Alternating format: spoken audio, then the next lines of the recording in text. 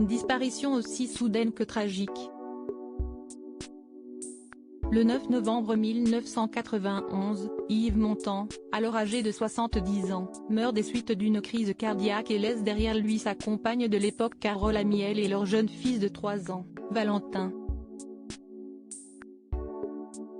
Un enfant, qui à sa naissance était complètement inattendu par l'artiste et sa partenaire. Je sais que je n'étais pas attendu. Pas du tout, a dévoilé le fils du chanteur dans son livre La force du destin. Mon père avait son âge, ma mère ne l'envisageait pas, ils n'ont jamais pris le temps de réfléchir. En fait, ils n'avaient pas du tout prévu d'avoir un enfant, a-t-il raconté. Très à l'aise avec son histoire familiale, le jeune homme, aujourd'hui âgé de 34 ans, a confié auprès de Nice Matin en octobre 2021 que son père était très mal avec cette grossesse tardive, craignant l'idée que les gens pouvaient se faire de cette situation. Valentin est né malgré tout, et débute alors pour son père une période de bonheur, écourtée trop vite par sa mort. Il en était fou. Son fils lui a apporté une vraie sérénité, a déclaré Carole Amiel auprès de nos confrères de Télépoche, en 2017. Nous tenions à ce que notre fils grandisse loin des caméras et qu'il trace son chemin.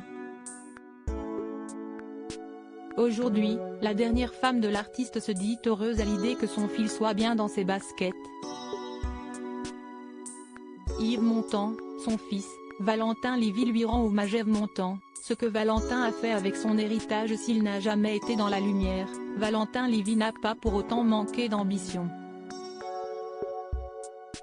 Passionné par le jeu vidéo, le fils d'Yves Montand est devenu à Montpellier le créateur d'une école des métiers consacrée à ce milieu. J'aime l'univers des jeux vidéo depuis l'enfance.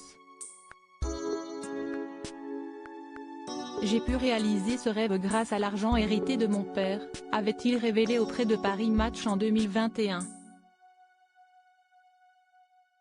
Côté cœur, le jeune homme a également rencontré une certaine Florence en 2014, après quelques années de galère. J'ai eu la chance de rencontrer la bonne personne, mais avant, j'étais très maladroit avec les femmes. Aujourd'hui, il est l'heureux papa d'une petite fille prénommée Margot, née en 2019.